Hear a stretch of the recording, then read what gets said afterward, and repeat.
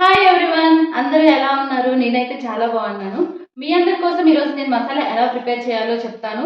ఈ మసాలా చికెన్ కర్రీకి, చికెన్ బిర్యానీకి, మటన్ కర్రీకి, ఇంకా చికెన్ ఫ్రైకి అన్నిటికీ యూజ్ అవుతుందండి. చాలా సింపుల్గా ఉంటుంది. ప్రీవియస్ వీడియోలో నేను చికెన్ బిర్యానీ ఇంకా చికెన్ కర్రీ ఎలా చేయాలో అనేది ప్రాసెస్ చెప్పాను. సో ఎవరైనా చూడకపోతే కనుక లింక్ అనేది డిస్క్రిప్షన్లో ఇస్తాను, ఒకసారి వెళ్ళి చెక్ చేయండి. ఎవరైనా నా ఛానల్ని ఫస్ట్ టైం చూస్తే కనుక please like, share and subscribe. Okay, let's start the video. ఇప్పుడు మసాలా అనేది ఎలా తయారు చేసుకోవాలో చెప్తాను. నేను ఒక రేషియో చెప్తానండి. ఆ రేషియోలో మీకు ఎంత పౌడర్ అయితే కావాలో అంత చేసేసుకోండి. ఇది కరెక్ట్ రేషియోలోనే తీసుకోవాలండి, లేదంటే కనుక టేస్ట్లో డిఫరెన్స్ అనేది వచ్చేస్తుంది. సో నేను చెప్పేది కొంచెం కరెక్ట్గా వినండి. ఒక ఇలాచీ, 2 లవంగులు, ఇంత దాల్చిన ముక్క అండ్ ఈ పువ్వు ఉంది కదండి, ఈ పువ్వులో ఓన్లీ 2 రెక్కలు మాత్రమే తీసుకోవాలండి. పువ్వు మొత్తం తీసుకోకూడదు. కరెక్ట్గా వినండి, ఈ పువ్వులో 2 రెక్కలు మాత్రమే తీసుకోవాలి ఒక్క ఇలాచీకి.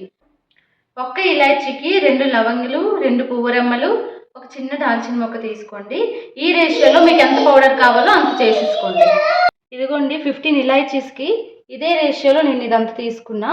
సో ఇప్పుడు మిక్సీ పడతాను.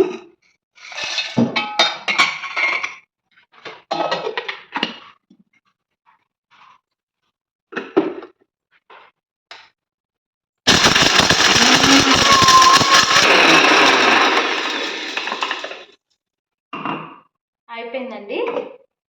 ఎలా వచ్చిందో చూద్దాం.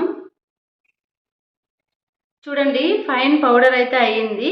సో ఇది మీరు మ్యాక్సిమం 6 months వరకు అయితే స్టోరేజ్ చేసుకోవచ్చు. మరీ ఎక్కువ రోజులకి చేసుకోవద్దు, ఎందుకంటే దీంట్లో ఉన్న ఫ్లేవర్, టేస్ట్ ఇదంతా కూడా పోతుందండి.